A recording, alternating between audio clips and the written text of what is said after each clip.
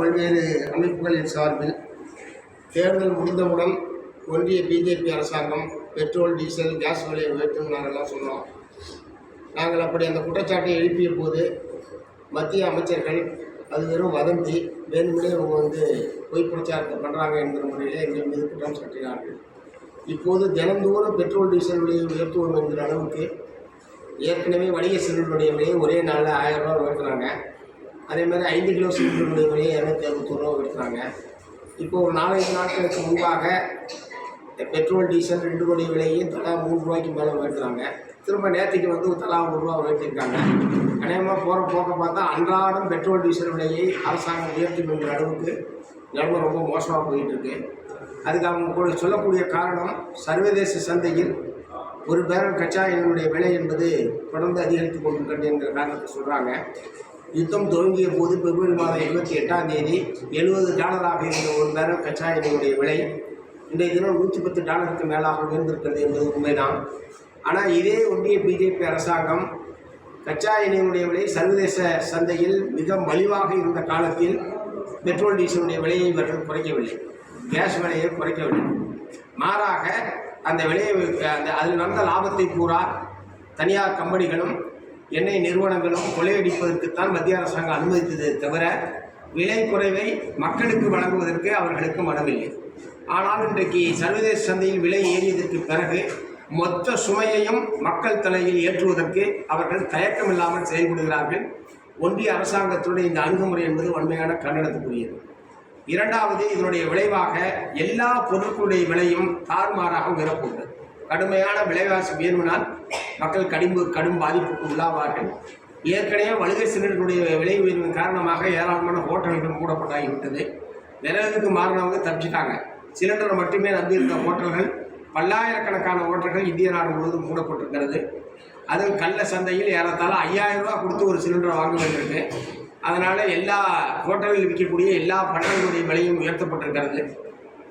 இந்த டீசல் விலை உயர்வின் காரணமாக விலைவாசி என்பது கடுமையாக பால் பொருட்கள் உட்பட மளிகை பொருட்கள், காய்கறிகள் எல்லாமே உயர்ந்து மக்கள் கடும் பாதிப்புக்கு உள்ளாகக்கூடிய அவல நிலைமைக்கு உள்ளாகி இருக்கிறார்கள். ஆகவே இதை கண்டித்து நாளைய தினம் தமிழ்நாடு முழுவதும் இடதுசாரி கட்சிகளின் சார்பில் மார்க்சிஸ்ட் கம்யூனிஸ்ட் கட்சி, இந்திய கம்யூனிஸ்ட் கட்சி, இந்திய கம்யூனிஸ்ட் கட்சி, மார்க்சிஸ்ட் லெனினிஸ்ட் விடுதலை ஆகிய 3 இடதுசாரி கட்சிகளின் சார்பில் தமிழ்நாடு முழுவதும் பல நூற்றுக்கணக்கான இடங்களில் ஒன்றிய பிஜேபி அரசாங்கத்தை கண்டித்தும் உடனடியாக இந்த விலை உயர்வை திரும்பப் பெற வேண்டும், எண்ணெய் கம்பெனிகளுக்கு ஏற்படக்கூடிய இழப்புகளை மத்திய அரசாங்கம் மானியம் வழங்கி அவர்களுக்கு ஈடுகட்ட வேண்டும் என்று வற்புறுத்தி நாளைய தினம் கண்டன ஆர்ப்பாட்டம் என்பது நடைபெற இருக்கிறது. தொடர்ச்சியாக மத்திய அரசாங்கம் விலையை உயர்த்தி கொண்டிருந்தால் நாங்களும் தொடர்ச்சியான போராட்டத்தில் ஈடுபடுவோம் என்பதை தெரிவித்துக் கொள்கிறேன். சார், இப்போ தாவேகாவுக்கு அதிமுக ஆதரவு கொடுத்தா கம்யூனிஸ்ட் கட்சி, மார்க்சிஸ்ட் கட்சியோட நிலைப்பாடு என்ன சார்? ஏற்கனவே ஆதரவு கொடுத்துருக்காங்களே. இல்லை சட்டமன்ற கேள்வி தப்பாக கேட்குறீங்க, அதுதான் சொல்கிறேன். இல்லை அமைச்சரவையில் சேர்ந்தாலும் என்ன பண்ணுவீங்க? கேள்வி தப்பாக கேட்குறீங்க. அப்படிங்களா?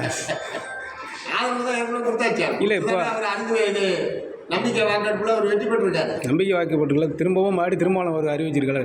கம்யூனிஸ்ட்டும் மார்க்சிஸ்ட் கம்யூனிஸ்ட் ஒரு நிலைப்பாடு என்ன எடுக்கிறாங்களோ அதுக்கு எங்கள் நிலைப்பாடு இங்கே கரெக்டாக இருக்கும் அப்படின்ட்டு திரும்ப சொல்லியிருக்காரு. நாங்கள் இப்போ தாவேகாவுக்கு ஆதரவு அளித்திருப்பது என்பது மீண்டும் உடனடியாக ஒரு தேர்தலை சந்திப்பதற்கு தமிழ்நாடு தயாராக இல்லை. இரண்டாவது, கொல்லைப்புற வழியாக பிஜேபி ஆட்சி நடத்தக்கூடிய வகையில் குடியரசுத் தலைவர் ஆட்சி ஏற்பட்டுவிடக்கூடாது. மூன்றாவது, மக்களுடைய தீர்ப்பு என்பது திமுக அணி, அதிமுக அணி இரண்டுக்குமே எதிராகத்தான் இருந்திருக்கிறது. அதே நேரத்தில் எந்த ஒரு அணிக்கும் எந்த ஒரு கட்சிக்கும் அறுதி பெரும்பான்மை இல்லை என்கிற நிலையில் ஒரு தனிப்பெரும் கட்சி என்கிற முறையில் 108 இடங்களில் வெற்றி பெற்றிருப்பது தாவேகா தான். ஆகவே ஆட்சி அமைப்பதற்கான வாய்ப்பு அவர்களுக்கு தான் இருக்கிறது. அந்த அடிப்படையில் மக்களால் தேர்ந்தெடுக்கப்பட்ட ஒரு அரசு தமிழ்நாட்டில் அமைய வேண்டும் என்கிற நோக்கத்தோடு தாவேகாவுக்கு வெளியிலிருந்து ஆதரவு தருவது என்கிற முறையில் இடதுசாரி கட்சிகள், விடுதலை சிறுத்தைகள் நாங்கள் அறிவித்திருக்கிறோம். அந்த அடிப்படையில் ஆட்சி என்பது அமையப்பட்டிருக்கிறது. அதிமுகவை அவர்கள் அமைச்சரவையில் சேர்த்துக் கொள்வதோ அவர்களுடைய ஆதரவை தொடர்ந்து பெறுவது என்பதோ மக்களுடைய தீர்ப்புக்கு எதிரானது. அவர் சொல்லியிருக்கிற கிளீன் கவர்னன்ஸ், ஒரு நல்லாட்சி என்பதற்கே விரோதமாக அது அமையும். ஏற்கனவே அதிமுக, திமுக அணி ரெண்டுக்கும் எதிராகத்தான் மக்கள் வாக்களித்திருக்கிறார்கள். அத்தகைய அணியினுடைய ஒரு ஆதரவை பெற்று தாவேகா என்பது ஆட்சியில் தொடர்வது என்பது மக்களுடைய தீர்ப்புக்கு விரோதமாக அமையும். நிச்சயமாக அத்தகைய ஒரு நிலைக்கு அவர்கள் செல்ல மாட்டார்கள் என்று நான் நம்புகிறேன். மீறி அவர்கள் அதிமுகவுடைய ஒரு கோஷ்டியை சேர்த்துக் கொள்வதோ அதிமுகவோடு சேர்ந்து கொண்டு ஆட்சி அமைப்பதோ என்கிற முடிவுக்கு தாவேகா செல்லுமானால் நிச்சயமாக எங்களுடைய முடிவை நாங்கள் மறுபரிசீலனை செய்வோம். தாவேகா வந்து அதிமுக அமைச்சரவை கொடுத்தாக்கா அதோட நிலைப்பாடு என்ன சார் இருக்கும்? இப்போதானே சொன்னேன், அதுதானே பதில் சொன்னேன்.